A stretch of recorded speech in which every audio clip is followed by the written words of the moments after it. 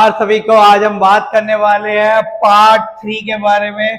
हमारी chapter number 2 electric potential and capacitance की most important question CBSE 2026 के board point of view से चल रही है, जहां पर हम 2 पार्ट इसके देख चुके हैं। 2 पार्ट में हमने 10 और 10 करके 20 क्वेश्चन देख चुके हैं और पार्ट 2 हमारा फुल्ली कंसेप्चुअल टाइप प्रॉब्लम था। और आज हम बात करने वाले हैं पार्ट 3 के बारे में, जहां पे आपने जितना भी कंसेप्ट और जितने भी फॉर्मूले आपको याद है वो सारे अप्लाई करने वाले हैं। यहाँ पर हम कॉम्बिनेशन और कैपेसिटर से लेके सारी चीजों को ब्रीफली बात करने वाले हैं। जिन बच्चों ने अभी पार्ट 1 और पार्ट 2 ना देखा हुआ, आई बटन में जाके या वेबसाइट www.bhautikstudy.com में जाके आराम से पहले पार्ट 1 और पार्ट 2 देख ले, देन पार्ट 3 की स्टार्टिंग करे। इस सीरीज को देख डाला तो बेटा नंबर आप ही के होंगे, बढ़िया से याद रखना। तो मेहनत करनी है, स्टार्ट करते हैं फटाफट बिना टाइम वेस्ट किए हुए। तो पार्ट 3 का जो हमारा पहला क्वेश्चन है वो है क्वेश्चन नंबर 21। क्योंकि हमने 20 क्वेश्चन पार्ट 1 और पार्ट 2 में देख चुके हैं, तो इस सीरीज की स्टार्टिंग 21 क्वेश्चन से हो रही है। बहुत ही सिंपल सादे मजेदार क्वेश्चन आने वाले हैं। एक छोटे से कंसेप्ट के बाद हम आगे बढ़ेंगे। कहता है what is the electric potential due to an electric dipole at an equatorial point. अब ये इक्वेटोरियल पॉइंट क्या होता है तो भाई आप लोगों को पता होगा। पहले तो ये बात कर रहा है, कहता है इलेक्ट्रिक पोटेंशियल बताओ, किसकी वजह से बताना है, इलेक्ट्रिक डाइपोल। अब इलेक्ट्रिक डाइपोल हमें अच्छे से पता है, एक चार्ज पॉजिटिव और एक चार्ज आपका क्या होता है नेगेटिव, इसको बोलते हैं इलेक्ट्रिक डाइपोल। कहता है इक्वेटोरियल पॉइंट में, यानी कि ये जो पॉइंट होता है जो सेंटर के साथ कितना डिग्री एंगल बनाता है 90 डिग्री, इसको बोलते हैं इक्वेटोरियल पॉइंट। कहता है इस पॉइंट में पोटेंशियल बताओ कितना होगा डाइपोल की वजह से। आप सभी को पोटेंशियल के और डाइपोल के बीच का रिलेशन पता होना चाहिए। फॉर्मूला होता है 1/4 pi epsilon not P cos theta upon में आर स्क्वायर। जिन बच्चों ने डेरिवेशन ना करी हो कर लेना, क्योंकि पहले वाली सीरीज में भी हमने क्लियरली बताया डेरिवेशन हटके आने वाली है और हटके जब ही आएगी जब ही कर पाओगे जब आपको ये आती होगी, ठीक है। तो ये वाला फॉर्मूला अगर आपको पता है देन आप इससे 2 मिनट में कर सकते हो।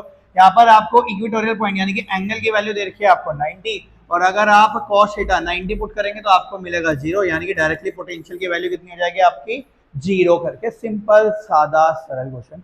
ये क्वेश्चन कुछ उसका भाई है, याद होगा सभी को। एक हम करते रहे electric field intensity at axial and at equatorial position करके, ये कुछ वैसा ही है, बट यहाँ पे इलेक्ट्रिक फील्ड ना पूछ के इलेक्ट्रिक पोटेंशियल पूछा है। चलिए अगले क्वेश्चन की तरफ प्रस्थान करते हैं। लवली क्वेश्चन आ चुका है, दिमाग लगाने वाला, दिमाग खोल के आगे बढ़ने वाले क्वेश्चन आ चुके हैं। बिल्कुल ध्यान से क्वेश्चन को रीड करना, तभी जाके मजा आएगा। क्वेश्चन कह रहा है what is the work done in moving a 2 column point charge from corner A to corner B of a square ABCD when 10 column charge exists at the center of the square। भैया ऐसा है, पहले diagram की तरफ निर्माण करिए, ज्यादा बढ़िया रहेगा। कहता है कि स्क्वायर बना लीजिए, स्क्वायर की साइड मान लो A B C और D करके, ठीक है, मान ली A B C D। कह रहा है क्वेश्चन कि भाई what is the work done in moving a charge 2 column point charge from corner A। एक चार्ज है 2 column का जो कि पॉइंट ए में रखा हुआ था, अब इसको मूव करवा के कहां पे लेके जाना है, 2 कॉलम का चार्ज पॉइंट बी तक लेके जाना है। तो कितना वर्क डन लगेगा अगर एक 10 कॉलम का चार्ज सेंटर में रखा हुआ है, तो कुछ इस तरह से 10 कॉलम का चार्ज को मैं ओ मान लेता हूं, यहां पर सेंटर में रखा हुआ है। क्वेश्चन में कोई दिक्कत, एक स्क्वायर है 10 कॉलम का चार्ज सेंटर में रखा हुआ है, एक चार्ज है 2 कॉलम, उसको ए वाले पॉइंट से बी वाले पॉइंट तक लेके जाना है। अगर आप इसको मूव करवाओगे तो कुछ वर्क लगेगा और आपको वर्क निकालना है। याद होगा टेस्ट पार्ट 1 और पार्ट 2 की सीरीज में क्लियर बताया गया है बेटा, इस चैप्टर में आपको वर्क, काइनेटिक एनर्जी, एक पार्ट ऑफ पोटेंशियल एनर्जी और कोई सी भी एनर्जी निकालने के लिए 3 फॉर्मूलों का विशेष ध्यान रखना है। Q naught by 4 pi epsilon naught, 1 upon में R2 माइनस का 1 अपॉन में R1, और दूसरा फॉर्मूला था आपका final potential energy minus initial potential energy, और तीसरा फॉर्मूला था Q not in bracket V2 minus V1 करके। मैंने बोला था आपको सिंपली कि बेटा इन 3 फॉर्मूले के अलावा कोई भी फॉर्मूला याद करने की जरूरत नहीं है। 99.99 100% केस में इन 3 फॉर्मूले से रिलेटेड क्या आता है आपका आंसर आ जाएगा। मैं चाहूँ तो तीनों में से कोई सा भी लगा के आंसर निकाल सकता हूँ, बट मैंने जनरली पहला वाला मैंने लगा दिया, ठीक है। मैं दूसरा वाला भी लगा चुका हूँ पोटेंशियल, इससे पहले वाली सीरीज में। ये जनरली ये दूसरा वाला जो है, सॉरी थर्ड वाला मैं पहले भी लगा चुका हूँ, सेकंड वाला भी बहुत रेयर टू रेयर यूज किया है, तो आज सेकंड वाला यूज करके मैं आपको इसका आंसर निकाल के दिखाता हूँ।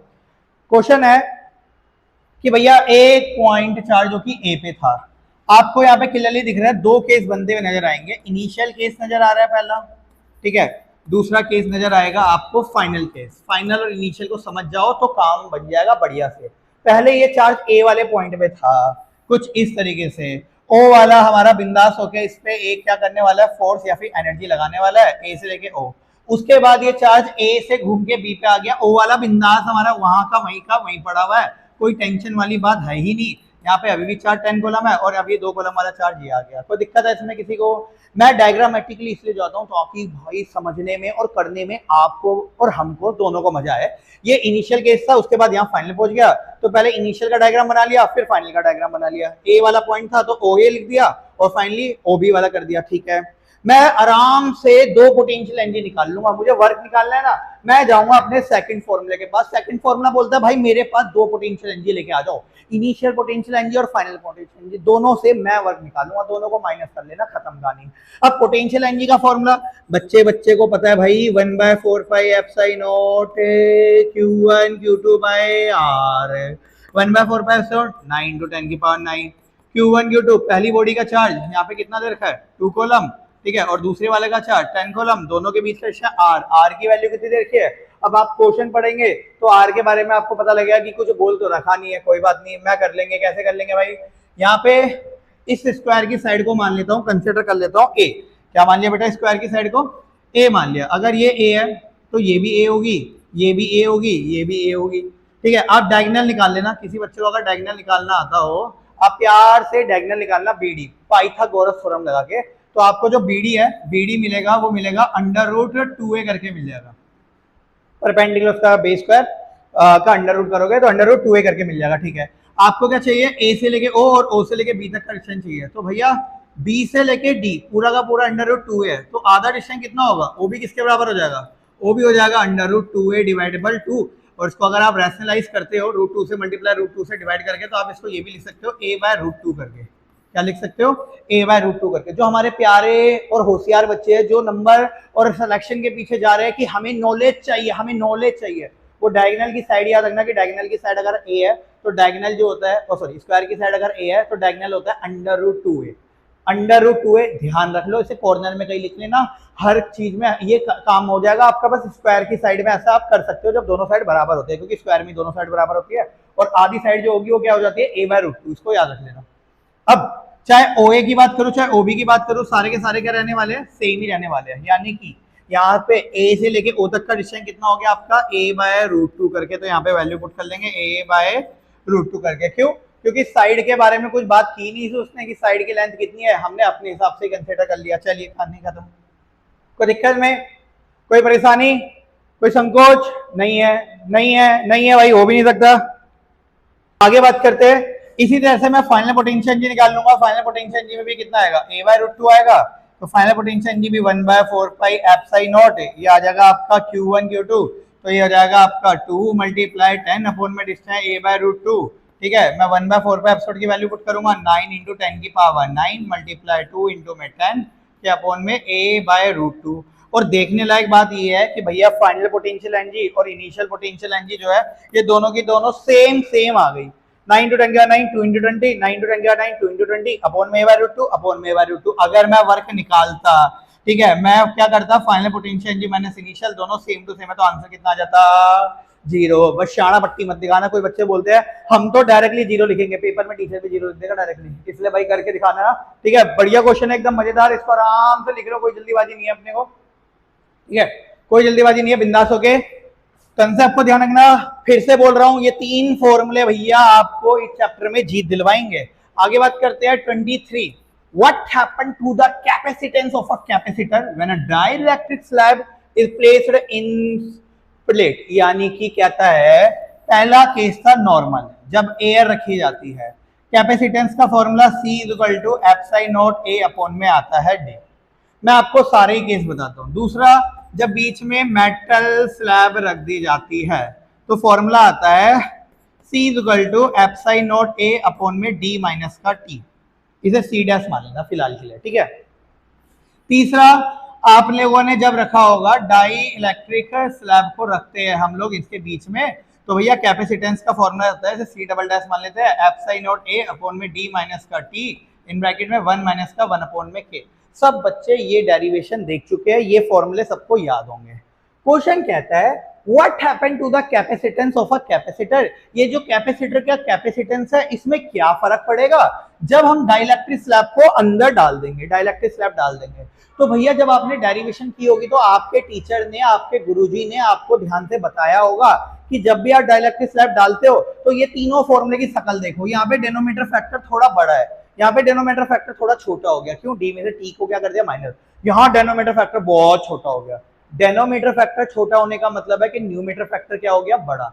इन शॉर्ट अगर मैं आपको बताऊं तो यहाँ पर डाइलेक्ट्रिक स्लैब वाले कैपेसिटेंस की वैल्यू सबसे ज्यादा आएगी, फिर मेटल स्लैब की आएगी और फिर नॉर्मल केस की आएगी। आप हमेशा ध्यान रखना ये तीन डेरिवेशन आपको इसलिए करवाई जाती है ताकि आपको ये पता हो कि डाइलेक्ट्रिक स्लैब डालने से कैपेसिटेंस की वैल्यू बढ़ जाती है, मेटल स्लैब डालने से भी बढ़ती है लेकिन डाइलेक्ट्रिक स्लैब डालने से सबसे ज्यादा होती है।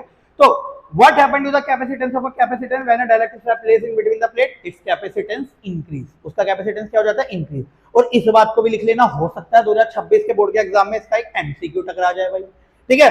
चलिए आगे बात करते हैं, question number 24, find the number of field line from a point source Q is equal to, ये नंबर ऑफ फील्ड लाइन को जाना पहचाना लग रहा है इससे पिछले चैप्टर में, आपको भी याद आ रहा होगा पुरानी बातें, नहीं नहीं बेटा वो वाली पुरानी बातें नहीं, थोड़ा पीछे आ जाओ, फिजिक्स में ही रहो, चैप्टर नंबर 1 की पुरानी बातें।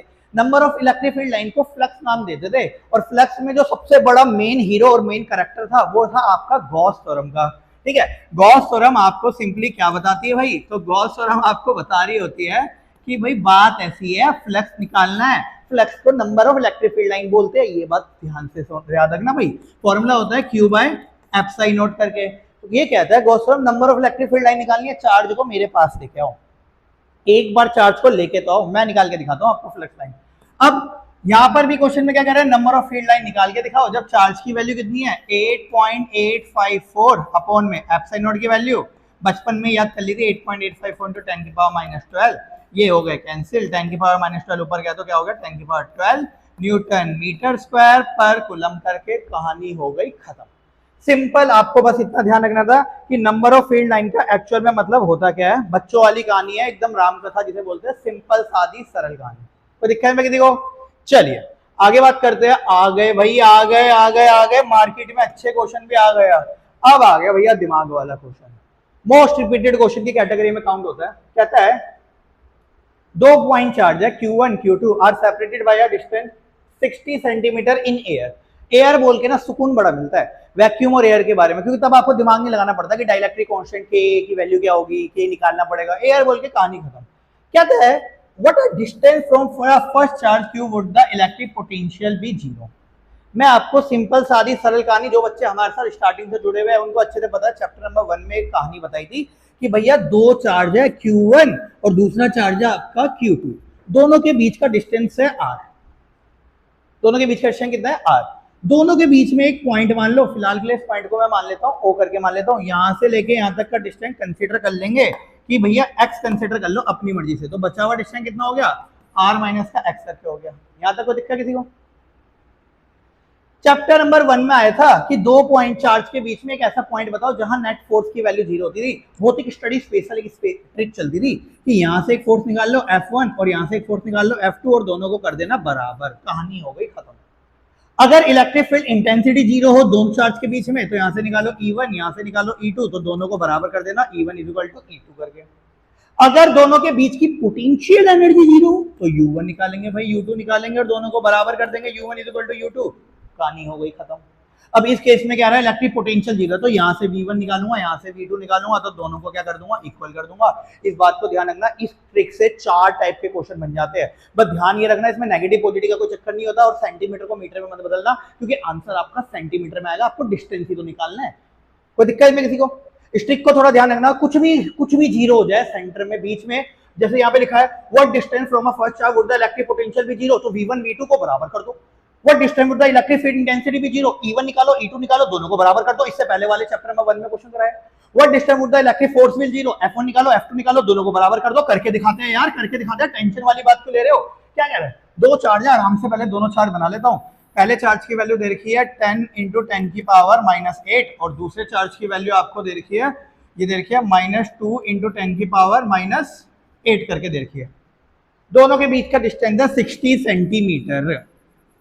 कहता है दोनों के बीच में एक पॉइंट बता दो, बता देंगे दोनों के बीच में, कहीं पर भी मान लेना पॉइंट, ऐसा कुछ नहीं है कि बीचों बीच मानना, कहीं पर भी मान लो, कोई दिक्कत है ही नहीं। वैसे कोशिश करना कि जो जिसका मैग्नीट्यूड कम होता है वहां उसके पास माना जाता है, बट ठीक है कोई फर्क नहीं पड़ता। ये हो गया डिस्टेंस, मान लिया मैंने x, तो बचा हुआ डिस्टेंस कितना हो गया भाई, पूरा 60 था, ये x था, तो ये हो गया 60 माइनस x करके इस पॉइंट को वो मान लेंगे। कोई दिक्कत है यहाँ पे, कोई परेशानी, कोई कष्ट नहीं है, हमें x से निकालना है। अब वो कह रहा है कि electric potential will be zero, यानी कि ये V1 मान लिया, यहाँ पे क्या मान लिया V2 मान लिया, दोनों को बराबर कर देंगे, दोनों को सिंपली इक्वल कर देंगे। यहाँ पे लिख दूंगा V1 is equal to V2 करके, V1 की value 1/4 pi epsilon not, V1 कौन से चार्ज की वजह से है, 10 × 10 की पावर -8 अपॉन में डिस्टेंस, कितना डिस्टेंस से रखा है बेटा, x से रखा है, which is equal to V2 1/4 pi epsilon naught q की वैल्यू -2 दे के, लेकिन माइनस के साइन को कंसीडर मत करना, ठीक है। 2 × 10 की पावर -8 अपॉन में डिस्टेंस कितना दे रखा है 60 माइनस का x करके दे रखा है। बच्चा बोला भैया सेंटीमीटर को मीटर में नहीं बदलना, मत बदलो, आंसर जो आएगा वो सेंटीमीटर में आएगा, टेंशन मत लेना बिल्कुल भी। 1/4 पे एप्सिलॉन से 1/4 पे एप्सिलॉन कट गया, 10 की पावर -8 से 10 की पावर -8 कट गया, 2 5 जा हो गया 10, यानी कि आ गया 5/x which is equal to 1 upon में 60 माइनस का x, क्रॉस मल्टीप्लाई करेंगे तो हो जाएगा 300 माइनस का 5x इक्वल टू x, यानी कि हो जाएगा 300 इक्वल टू 6x, तो x की वैल्यू कितनी आ गई 50 सेंटीमीटर, खत्म कहानी। कुछ बच्चे ऐसे क्वेश्चन अलग अलग रेफरेंस बुक से कहते हैं भैया हमारा तो 50 सेंटीमीटर आ रहा है, बुक में 10 सेंटीमीटर लिखा, अरे बांगड़ू, अरे बालक, अरे नादान, ये 50 सेंटीमीटर है, तो बचा हुआ डिस्टेंस कितना होगा 60 माइनस 50 करोगे तो कितना आएगा 10 सेंटीमीटर, तो टेंशन नहीं लेने का, तुम 50 सेंटीमीटर तक भी लिखोगे तब भी आंसर क्या है, सही है। वो दूसरा डिस्टेंस निकाल के दिखाते हैं, उनको दिखाना भी तो है कि हम कुछ यूनिक कर रहे हैं, है ना, उनको दिखाना भी तो है कि हम क्या कर रहे हैं, कुछ यूनिक कर रहे हैं, ठीक है। तो पहले वर्ड का आंसर डायरेक्टली कितना हो गया 50 सेंटीमीटर, कह रहे हैं also calculate the electric potential energy of the system, आपको पोटेंशियल एनर्जी निकालनी है ऑफ द सिस्टम, ये तो बच्चों वाली कहानी है। पोटेंशियल एनर्जी का फॉर्मूला भाई 1/4 पाई एप्सिलॉन नॉट क्या होता है Q1 Q2 बाय R, तो भाई ये तो निकल ही जाएगा 2 मिनट में। 1/4 पाई एप्सिलॉन कितना हो गया 9 × 10 की पावर 9, Q1 पहली बॉडी का चार्ज कितना देर का बेटा 10 × 10 की पावर -8, Q2 दूसरी बॉडी का चार्ज कितना देर का बेटा -2 × 10 की पावर -8, यहाँ पे माइनस के साइन को कंसिडर किया जाता है, इसको ध्यान रखना। अपॉन में डिस्टेंस दोनों के बीच का एक्स्ट्रा कितना है 60 सेंटीमीटर, तो सेंटीमीटर को मीटर में बदला। खाली जब ये ट्रिक लगाओगे ये वाली V1 को V2 के बराबर, F1 को F2, U1 को U2, E1 को E2, तब बस सेंटीमीटर को मीटर में बदलना नहीं है, बाकी तो हर जगह बदलना होता ही है। बस काटा पीटी सोल्व कर लो भैया, आंसर आए नहीं आना, 3 3 जा 9 हो गया, ठीक है, ये हो गया आपका 3 2 जा 6, इसे काटा तो 10 से पूरा कट गया आपका, तो आ गया आपका 3 × ये हो जाएगा 3 × 10 की पावर, सोल्व करोगे तो कितना आ जाएगा -5, तो ये जाएगा -5, आप चाहो तो इसको, ये जूल हो गया बस, 3 × -3 आप चाहो तो इसको साइंटिफिक नोटेशन में कन्वर्ट करोगे तो जाएगा 30 × 10 की पावर -6 जूल करके, जिसे कुछ लोग माइनस का 30 माइक्रो जूल भी लिख लेते हैं। मैंने लास्ट लेक्चर में बताया था ऐसा करना जरूरी नहीं है, लेकिन अगर ऐसा करोगे तो टीचर को इम्प्रेस कर दोगे, तो इसको ध्यान रखना भाई। चलिए चलिए चलिए आगे बढ़ते हैं भाई, रोकेंगे नहीं यार, ठोकेंगे, दबा के ठोकने वाले भाई। 26 क्या कहता है 2 charge of 5 nano column -2 nano column, nano का मतलब 10 की पावर -9, ये आपकी टाटा नैनो के बारे में बात नहीं हो रही है ना।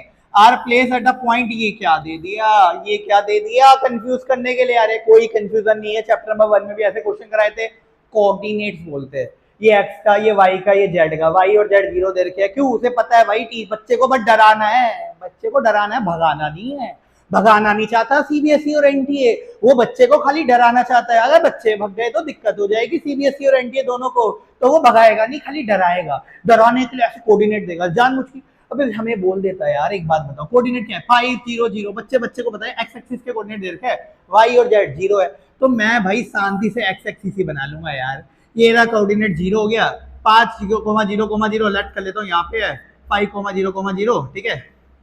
दूसरा वाला यहाँ पे लिखना चाहो तो लिख लेना, ठीक है, 5 0 0, और दूसरा वाला क्या है 23 0 0, अरे यार ठीक है। आगे आगे क्या कह रहे हैं, 2 4 रखे हुए हैं, कहता है यहाँ पे रखा है 5 नैनो कॉलम, 9 10 की पावर -9 कॉलम, और ये रखा है माइनस का 2 × 10 की पावर -9 कॉलम करके रखा है, ठीक है। कहता है where there is no action electric field, calculate the electrostatic potential energy of the system। Electrostatic potential energy का भैया फॉर्मूला ही जन्मजात एक ही था, Q1 Q2 बाय आर करके, हमें 2 चार्ज दे रखा है, दोनों के बीच का डिस्टेंस चाहिए, तो भैया ये 23 है, 5 है, आप अगर इसका डिस्टेंस निकालोगे तो 20 ये होगा, देखो यहाँ से लेके यहाँ तक ये 5 है और यहाँ से लेके यहाँ तक ये 23 है, तो बच्चे को पता है कि उनके बीच का डिस्टेंस कितना आ जाएगा, इन दोनों चार्ज के बीच का डिस्टेंस कितना आ जाएगा, ए और बी अगर मैं सेलेक्ट करता हूँ तो ये हो जाएगा आपका 23 में तो 5 के तो कितना आ जाएगा 18 सेंटीमीटर, क्योंकि सारी चीजें किसमें चल रही है, सेंटीमीटर में चल रही है। तो सीबीएसई और एनटी आपको सिर्फ डरा रहा है, पैर क्लियर बोल देता 18 सेंटीमीटर है, तो कान को यूं ना पकड़ के गोल गोल घुमा के पकड़ रहा है और कुछ नहीं है। अब जिसने ये बात समझ ली उसके लिए इजी है, खत्म कहानी। तो ध्यान रखना, कोऑर्डिनेट पहले बना लेना, कोऑर्डिनेट निकालना आता है तो वेल एंड गुड। अगर मान लो 0,0 होता है, यानी कि एक चार्ज अगर यहाँ पे होता है तो दोनों के बीच का डिस्टेंस 23 हो जाता है, ठीक है। बस वैल्यू पुट कर लो, कितना है 9 × 10 की पावर 9 Q1 पहला चार्ज, 5 × 10 की पावर -9 Q2 दूसरा चार्ज, -2 × 10 की पावर -9 क्योंकि माइनस के साइन को कंसीडर करते हैं, ठीक है। आर डिस्टेंस कितना दे रखा है 18 × 10 की पावर -2 करके सोल्व कर लो यार, ये तो वैसे ही खत्म हो रहा है 2 से 2 कट के, तो कितना आ जाएगा -5 × 10 की पावर ये 9 ये भी कट गए, ये ऊपर गया तो 10 की पावर कितना हो गया -7 जूल करके। सिंपल सादी सरल कहानी, सिंपल सादी सरल कहानी। और बोलो, कुछ बच्चे साइंटिफिक नोटेशन में बदलेंगे तो जाएगा 0.5 × 10 की पावर -6 जूल, यानी कि 0.5 माइक्रो जूल करके। और बोलो, कोई दिक्कत, कोई परेशानी, कष्ट? अरे अब इन जैसे क्वेश्चन में कष्ट होगा क्या है? इन जैसे क्वेश्चन को तो उठा के फेंक दो आप, ठीक है। चलिए अगले क्वेश्चन की तरफ प्रस्थान करते हैं। 27 आ गया एनसीईआरटी एग्जाम्पलर का लवली क्वेश्चन, जिसे बोलते हैं ना, क्वेश्चन बनाने वाले को भी प्यार हो गया था इस क्वेश्चन से। जब ये क्वेश्चन बना था उसका दिल खो गया था इस क्वेश्चन को करते वक्त भी और इसको बनाते वक्त भी। क्या कह रहे हैं, how many electron must be added to one plate and remove from the other so as to store 25 joule of energy in a 5 microfarad capacitor। ठीक है भाई, ठीक है भाई, शायद उसका दिल खो गया होगा, इसी चक्कर में केंद्रीय विद्यालय के प्री बोर्ड के एग्जाम में भी ये क्वेश्चन आ चुका है पहले भी। अब ध्यान से देखना, बिल्कुल ध्यान से। हाउ मेनी इलेक्ट्रॉन यानी कि नंबर ऑफ इलेक्ट्रॉन निकालने की बात कर रहा है। नंबर ऑफ इलेक्ट्रॉन तो चैप्टर नंबर 1 में सीखा था। नंबर ऑफ इलेक्ट्रॉन निकालने का हमें पता है Q = क्या होता है, N। N निकालना है तो मुझे Q पता होना चाहिए, ठीक है। मैं बाद में बात करूंगा, पहले Q निकालने की संघर्ष करता हूँ। Must be added to one plate and remove from the other so as to store energy. ये हमें अच्छे से पता है, एनर्जी स्टोर के दो ही फॉर्मूले हैं, एक है Q²/2C और दूसरा है भाई ½ CV²। आपको मैंने पहले भी बोला है, इन दो के अलावा तीसरा फॉर्मूला लगाने की जरूरत नहीं पड़ेगी, और बोलो सारे के सारे इसी से हो जाते हैं। कहता है ये एनर्जी स्टोर कर रहा है, कितनी एनर्जी स्टोर कर रहा है 25 जूल कर रहा है, ठीक है। और उसका कैपेसिटेंस दे रखा है C दे रखा है 5 नैनो यानी कि 10 की पावर -9 फैराड। कहता है कितने नंबर ऑफ इलेक्ट्रॉन यानी कि चार्ज निकालो, उसके बाद Q निकाल दो, तो ठीक है भाई। एनर्जी का कौन सा, ऊपर वाला लगा या नीचे वाला? चार्ज निकालना है तो ऊपर वाला ही तो लगेगा, नीचे वाला कैसे लगा दोगे? तो U = क्या देगा Q²/2C। U की वैल्यू आ गई आपकी 25, Q²/2, C की वैल्यू आ गई 5 × 10 की पावर -9। इसको सोल्व करोगे 5 × 2 = 10 और 9 को सोल्व करोगे तो जाएगा 25 × 10 की पावर -8 ऊपर जाएगा, तो Q की वैल्यू कितनी आ जाएगी, इसका अंडर रूट करोगे 25 का अंडर रूट होता है बेटा 5 और 10 की पावर -8 का अंडर रूट होता है -4 कूलम। ये तो आ गया चार्ज। आपको चार्ज नहीं, आपको नंबर ऑफ इलेक्ट्रॉन निकालने हैं, तो फॉर्मूला होगा Q = Ne। Q की जगह डाल दो 5 × 10 की पावर -4, N निकालना है, और E की वैल्यू 1.6 × 10 की पावर -19। इसको डिवाइड कर लो फटाफट, 5 × 10 की पावर -4 अपॉन में 1.6 × 10 की पावर -19। जल्दी जल्दी जल्दी डिवाइड करके देखो, क्योंकि जब तक डिवाइड नहीं करोगे, खुद से आंसर नहीं निकालोगे तो मजा कैसा आएगा? मजा आने के लिए खुद से भी तो करना जरूरी है। तो कितना आएगा, इसको डिवाइड करेंगे तो आएगा 3.125। एक बार करके देख लेना, 3.125 भी आ रहा है, और ये 10 की पावर कितना हो जाएगा 15। कितना हो जाएगा 15, 19 ऊपर गया तो इतने इलेक्ट्रॉन, कितना आ जाएगा 3.125 × 10 की पावर 15 इलेक्ट्रॉन करके। कोई दिक्कत परेशानी कष्ट नहीं है। बच्चा बोलता है भैया नंबर ऑफ इलेक्ट्रॉन तो डेसिमल में होते ही नहीं है। बेटा टेंशन क्यों ले रहा है, नंबर इलेक्ट्रॉन डेसिमल में नहीं है ना, ये पावर को सोल्व करेगा ना तो डेसिमल भी खत्म हो जाएगा, लेकिन हमें करने की जरूरत नहीं है, क्योंकि साइंटिफिक नोटेशन में कन्वर्ट करना क्या है, कंपलसरी है। चलिए अब बात करते हैं इसके बी पार्ट की तरफ। बात चलिए भाई, बी पार्ट को देखते हैं क्या कह रहा है। कहता है how would you modify this capacitor so that it can store 50 joule of energy without changing the charge. अब कह रहा है कि भैया पहले ये 25 जूल एनर्जी स्टोर कर रहा था, इस कैपेसिटर को कैसे मॉडिफाई करे, मॉडिफाई जैसे बाइक मॉडिफाई करते हो ना ऐसी, इस कैपेसिटर को किस तरह से मॉडिफाई करे, मॉडिफाई का मतलब प्लेट का एरिया बढ़ाए, डिस्टेंस घटाए, डाइलेक्ट्रिक डाले, क्या करे ताकि ये 50 जूल एनर्जी स्टोर करना शुरू कर दे। बट कंडीशन है क्या भाई, चार्ज को कांस्टेंट रखना, चार्ज चेंज नहीं होना चाहिए क्योंकि पीछे से चार्ज कांस्टेंट आ रहा है। चलिए ठीक है, जो कह रहा है वो मान लेते हैं। हमें एक ऐसा फॉर्मूला चाहिए जहां पे एनर्जी आती है और चार्ज आती हो। तो एनर्जी और चार्ज भैया पहले फॉर्मूले में ही आता है। मैं आराम से दो केस बना लूंगा, U equal to Q square by 2c initial case, और फाइनल केस के लिए मैं इसको फिलहाल के लिए U डैश मान लेता हूँ, विच इज इक्वल टू हो जाएगा Q square by 2c dash. ये कौन सा केस है, फाइनल केस, जब आपकी एनर्जी कितनी हो गई है, 50 जूल हो गई है। ठीक है, ये कौन सा केस है, इनिशियल केस, जब आपकी एनर्जी कितनी थी, 25 जूल थी, क्यू स्क्वायर बाय 2c। शांति से ये इक्वेशन 1 और इक्वेशन 2 मान के दोनों को डिवाइड कर लेते हैं, तो हो जाएगा 50 by 25 which is equal to Q square by 2c dash upon में Q square by 2c। Q square से क्यू स्क्वायर 2 से 2 कर गया तो ये कितना हो जाएगा, ये हो जाएगा आपका 2, इसे काटेगा तो c बाय सी डैश, यानी कि जो सी डैश आ जाएगा वो कितना आ जाएगा, c बाय 2। सी कैपेसिटेंस, इनिशियल कैपेसिटेंस की वैल्यू कितनी दे रखी है, 5 बाय 2, यानी कि कितना आ गया 2.5 नैनो फैराड करके। मतलब कैपेसिटेंस की वैल्यू हो गई कम, जो नया कैपेसिटेंस आ रहा है उसकी वैल्यू कितनी आ रही है, 2.5 नैनो कूलम। ऐसा जब भी हो सकता है, C इक्वल टू फॉर्मूला क्या था, एप्सिलॉन नॉट अपॉन में D। अगर आपको कैपेसिटेंस की वैल्यू को घटाना है तो या तो आपको D को बढ़ाना पड़ेगा या एरिया ऑफ द प्लेट को क्या करना पड़ेगा, कम करना पड़ेगा, तभी आपके कैपेसिटेंस की वैल्यू क्या हो सकती है, कम। ध्यान से सुनना, ये सेकंड वाला पार्ट काफी अच्छा क्वेश्चन है इसका। वो कह रहा है कि कैपेसिटर में क्या मॉडिफाई कर, आपसे ये नहीं पूछा, अच्छा ये करने के लिए नहीं बोल रहा, कई कुछ बच्चे सोचते हैं मेरा तो 2.5 आ गया बहुत है, इसके अलग तो कुछ बताने की जरूरत नहीं। आपसे ये नहीं पूछ रहा कि नया कैपेसिटेंस कितना आएगा, आपसे ये पूछ रहा है कि भाई हमें ये बताओ कैसे मैं मॉडिफाई करूं, मतलब कैपेसिटेंस अगर कम आ रहा है तो क्या किया जाए। तो कैपेसिटेंस अगर कम आ रहा है तो आपको एरिया ऑफ द प्लेट को कम करना पड़ेगा, डिस्टेंस ऑफ सेपरेशन को बढ़ाना पड़ेगा। ऐसे लिख लेना, ये लिखने के बाद for to modify this capacitance we must be decrease the area of the plate और increase the distance of separation between the plate. ठीक है, तो इसके फॉर्मूले के दम पे हमें ये बात पता लगी है। ठीक है, चलिए अगले क्वेश्चन की तरफ प्रस्थान करते हैं। 28 एक और मजेदार का भी मजेदार क्वेश्चन है ये। ठीक है, एकदम मजेदार का भी मजेदार, जिसे बोलते हैं दावेदार क्वेश्चन है, दावेदार।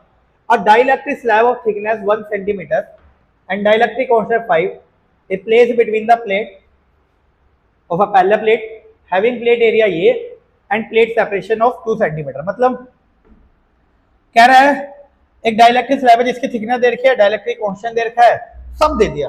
मैं सही बताऊं तो सब दे दिया। पहले प्लेट कैपेसिटर में आपको जो जो पता है, distance of separation between the plate पता है, थिकनेस डाली है वो भी दे दिया, डाइलेक्ट्रिक उसका कांस्टेंट भी दे दिया, डाइलेक्ट्रिक कांस्टेंट 5 है, सब दे डाला।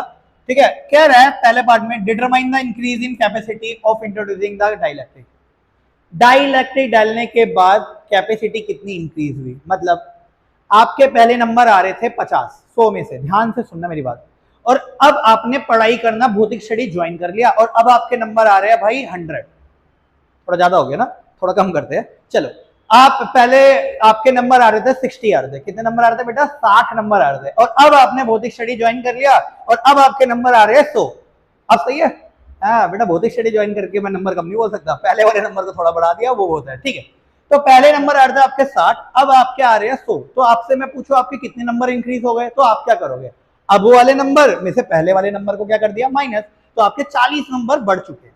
40 नंबर क्या हो चुके हैं, बढ़ चुके हैं। सेम क्वेश्चन ये भी है बेटा, वो कह रहा है डाइलेक्ट्रिक स्लैब डालने के बाद कैपेसिटी कितनी बढ़ेगी। तो मैं एक काम करता हूं, पहले नॉर्मल यानी कि एयर प्लेट, जब प्लेट के बीच में कुछ डाइलेक्ट्रिक स्लैब नहीं थी, एयर थी, उसका कैपेसिटेंस निकाल लेता हूं, फिर डाइलेक्ट्रिक स्लैब का कैपेसिटर निकाल लूंगा, फिर दोनों को माइनस कर दूंगा। ठीक है, तो पहले मैं नॉर्मल केस निकालता हूं ए वाले पार्ट के लिए। ठीक है, नॉर्मल यानी कि एयर का निकाल लेता हूं। C इक्वल टू फॉर्मूला क्या है, एप्सिलॉन नॉट अपॉन में D।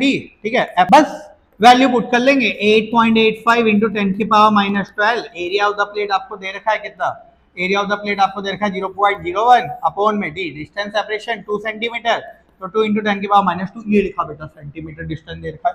चलिए इसको सोल्व कर लेंगे, तो ये भैया ये आपका आ जाएगा, इसको सोल्व करते के साथ ही 4.425 इंटू 10 की पावर माइनस 12 फैराड करके, ये आ गया नॉर्मल केस। ये कौन सा केस आ गया? नॉर्मल केस, जब आप खुद से पढ़ाई कर रहे थे। फिर आपने डाइलेक्ट्रिक स्लैब डाल दी। कौन सी स्लैब डाल दी बेटा? डाइलेक्ट्रिक स्लैब डाल दी, यानी कि भौतिक स्टडी ज्वाइन कर लिया। तो आप भौतिक स्टडी ज्वाइन कर लिया, डाइलेक्ट्रिक स्लैब डाल दी, तो कैपेसिटेंस की वैल्यू तो बढ़नी है, जैसे आपके नंबर बढ़ गए। इसको मैं मान लेता हूँ सी डैश।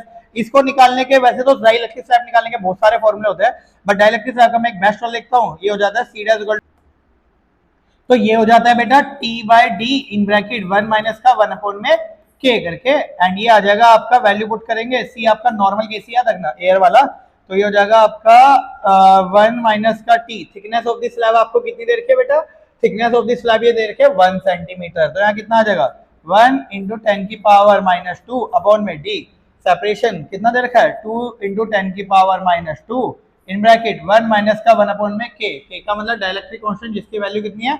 5 है। ठीक है, इसको अगर आप सोल्व करोगे, पावर से पावर कैंसिल, ठीक है, पावर से पावर कैंसिल, तो सी डैश जो आएगा वो आपका आ जाएगा, कितना आ जाएगा? ये हो जाएगा आपका 5 में से 1 गया, 4/5 हो गया, यानी कि 2/5, यानी कि 3/5, यानी कि 5/3, तो 5/3 सी करके आ गया सी डैश। यह आपका नया कैपेसिटेंस आ गया डाइलेक्ट्रिक स्लैब डालने के बाद। अब कह रहा है इंक्रीज बताना है हमें, निकाल लेंगे। इंक्रीज निकालने का सबसे बेस्ट तरीका फाइनल माइनस का इनिशियल। सी डैश की वैल्यू कितनी है? 5/3c माइनस का c, सोल्व करेंगे तो कितना आ जाएगा? 2/3c। अब c की वैल्यू पुट कर लेना, क्योंकि c हम ऑलरेडी निकाल चुके हैं, तो कितना आ जाएगा? 2/3c की वैल्यू 4.425 इंटू 10 की पावर माइनस 12। इसको सोल्व करेंगे तो कितना आएगा? 4 टू 8, और 8 को 3 से डिवाइड करेगा तो कितना आएगा? ये आ जाएगा आपका 2.95 इंटू 10 की पावर माइनस 12 फैराड करके। सिंपल सादा सरल क्वेश्चन, खत्म कहानी। अगले बी पार्ट में क्या कह रहे हैं? बी पार्ट तो और भी ज्यादा लल्लू लग रहा है देखने से। कहता है what would be the increase in capacity if the dielectric slab were a conducting slab. अगर मान लो हम डाइलेक्ट्रिक स्लैब डालते ही नहीं और कंडक्टिंग स्लैब डालते हैं, तो बताओ कैपेसिटी कितनी बढ़ जाती है? कर लेते हैं भैया। कंडक्टिंग स्लैब के लिए निकाल लेते हैं पहले कैपेसिटेंस। कंडक्टिंग स्लैब के लिए निकालना और ज्यादा सिंपल है, ऐसे सी डबल डैश मान लेना, क्योंकि सी डैश में मान चुका हूँ, सी भी मान चुका हूँ। तो कंडक्टिंग स्लैब फॉर्मूला होता है बेटा एप्साई नॉट ए अपॉन में डी माइनस का टी। वैल्यू पुट करता हूँ 8.85 इंटू 10 की power minus 12। Area of the plate आपको दे रखा है 0.01 अपॉन में डी, डिस्टेंस ऑफ सेपरेशन दे रखा है 2 इंटू 10 की पावर माइनस 2 माइनस का टी, थिकनेस दे रखी है 1 इंटू 10 की पावर माइनस 2 करके सोल्व कर लेना भाई। ये तो इसमें तो मैं क्या ही बताऊं, कोई दिक्कत वाली बात होने वाली नहीं है, क्योंकि ये तो एकदम नॉर्मल केस लग रहा है, जैसे बोलते हैं ना एकदम ही नॉर्मल केस लग रहा है। डायरेक्टली सारी चीजें खट जाएगी, आपका आ जाएगा 8.85 इंटू 10 की पावर माइनस 12 फैराड करके। कोई टेंशन लेने वाली बात है ही नहीं। आपसे पूछा हुआ था कितना इंक्रीज हुआ है, निकाल लेते हैं इंक्रीज। अरे निकाल लेते हैं सी डबल डैश, यानी कि ये जो निकला नया वाला में से इनिशियल वैल्यू घटा लेते हैं, तो 8.854 सॉरी 8.85 इंटू 10 की पावर माइनस 12, वैसे 4 भी पुट कर सकते थे, माइनस का 4.425, ठीक है 25 इंटू 10 की पावर माइनस 12। इसको अगर आप सोल्व करेंगे तो बेटा कितना आएगा? तो आप सारे के सारे होशियार हो ही, ये दोबारा से 4.425 भी आ जाएगा, कोई टेंशन वाली बात है ही नहीं। 4.425 इंटू 10 की पावर माइनस 12 फैराड करके। सिंपल सादा सरल क्वेश्चन। क्वेश्चन में सीखने लायक एक ही बात है कि इंक्रीज कैसे निकालते हैं, फाइनल माइनस का इनिशियल करके, खत्म कहानी।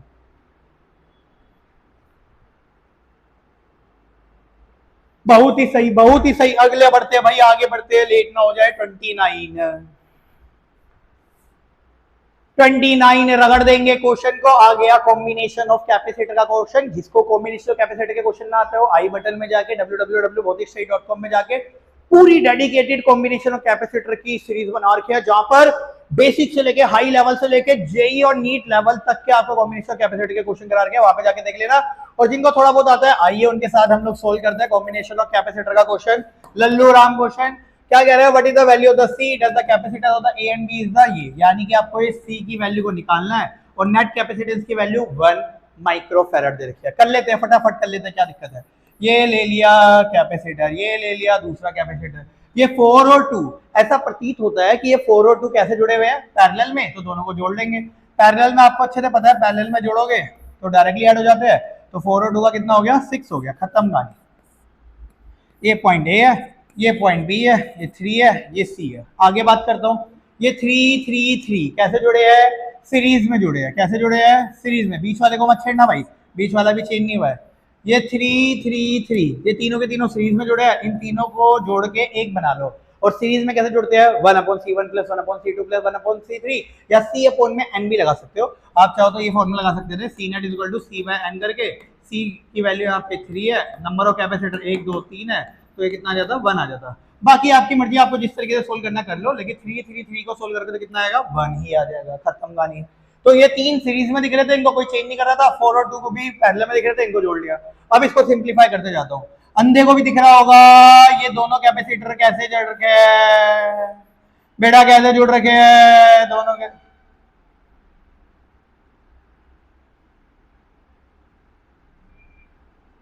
ठीक है, आगे बात करते हैं। ये दोनों के दोनों कैपेसिटर कैसे जुड़ रखे हैं, 6 और 3। भाई सबको दिख रहा है 6 और 3 सीरीज में जुड़ रखे हैं, इनको सीरीज में आप जोड़ के देख लेना। सीरीज में जोड़ने के लिए आप ट्रिक लगा लेना, कौन सी वाली, 1/3 प्लस का 1/6 सोल्व करोगे तो आएगा 6 2 प्लस का 1 यानी कि 3/6, तो आ गया 1/2। किसकी वैल्यू आई है, 1/CS, तो CS की वैल्यू कितनी आ जाएगी, 2 करके आ जाएगी। 1/C1 1/C2 करके जोड़ना, तो 3 और 6 का कितना आ जाएगा आपका, 2 आ जाएगा। कहानी खत्म खत्म खत्म।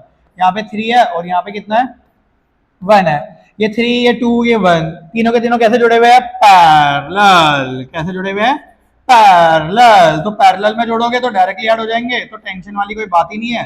तो 3 2 और 1 कितना हो जाएगा, 6 आ जाएगा। यहाँ C है, यहाँ 3 है, ये पॉइंट हो गया A, ये पॉइंट क्या हो गया, B करके हो गया। सिंपल सादी सरल कहानी है भाई, कोई टेंशन वाली बात ही नहीं है। अब ये तीनों कैपेसिटर कैसे जुड़े हैं, सीरीज, और सीरीज में नेट कैपेसिटेंस का अब लगा दो फॉर्मूला, 1/C प्लस का 1/3 प्लस का 1/6। और नेट कैपेसिटेंस की वैल्यू उसने क्वेश्चन में पहले ही बोल दिया था कि नेट कैपेसिटेंस की वैल्यू कितनी है, 1, यानी कि हो जाएगा 1/1 which is equal to 1/6 C plus का 1/, इसको एलसीएम लोगे तो आ जाएगा 2 प्लस का 1 यानी कि 1/1 इक्वल टू 1/C प्लस का 3 और 6 यानी कि 1/2 बचेगा।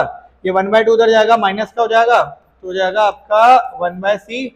तो 1/C की वैल्यू आ जाएगी बेटा 1/2, यानी कि जो C आएगा वो आएगा 2।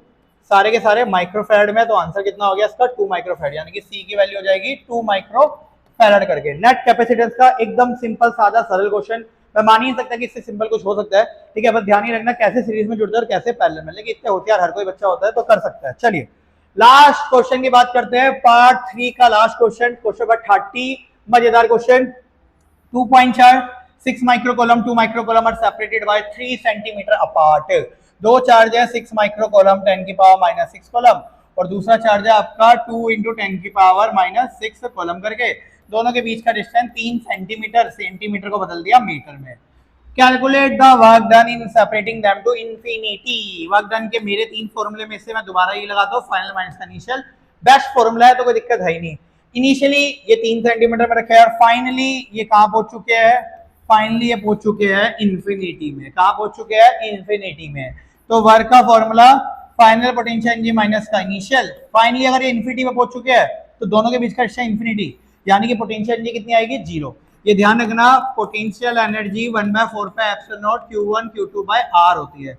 डिस्टेंस अगर इन्फिनिटी हो गया तो पोटेंशियल एनर्जी इन्फिनिटी का ही 0 आती है। ये मैंने पार्ट 1 में भी एक ऐसा क्वेश्चन करवाया था, जब भी डिस्टेंस इन्फिनिटी हो तो भैया पोटेंशियल एनर्जी कितनी हो जाती है, 0। माइनस का इनिशियल निकाल लेते हैं, इनिशियल तो ये वाला केस है, 1/4 पाई एप्सिलॉन नॉट Q1 की वैल्यू 6 इंटू 10 की पावर माइनस 6, Q2 की वैल्यू 2 इंटू 10 की पावर माइनस 6 अपॉन में डिस्टेंस 3 इंटू 10 की पावर माइनस 2। वैल्यू पुट कर लेता हूँ माइनस का, इसकी वैल्यू भी मुझे पता है 9 इंटू 10 की पावर 9 मल्टीप्लाई 3 से 3 2 जा 2 2 जा 4 इंटू में 10 की पावर माइनस 12 अपॉन में 10 की पावर माइनस 2। इसे सोल्व करेंगे तो आ जाएगा माइनस का 36, 10 की पावर माइनस 2 ऊपर जाएगा तो 10 की पावर माइनस 1 बच जाएगा। क्योंकि इसको पूरा सोल्व करोगे तो 10 की पावर माइनस 1, यानी कि फाइनल आंसर हो गया माइनस का 3.6 जूल। सिंपल सादा सरल क्वेश्चन, इससे ज्यादा सिंपल तो कोई हो ही नहीं सकता। खत्म कहानी। इन क्वेश्चनों को रिपीट जरूर करना। पार्ट 3 में इतने क्वेश्चन थे, मिलते हैं आपके साथ पार्ट 4 में। जब तक इन क्वेश्चन को पढ़ लो, फॉर्मूले पढ़ लो, रिवाइज कर लो। सभी को फिलहाल के लिए नमस्कार।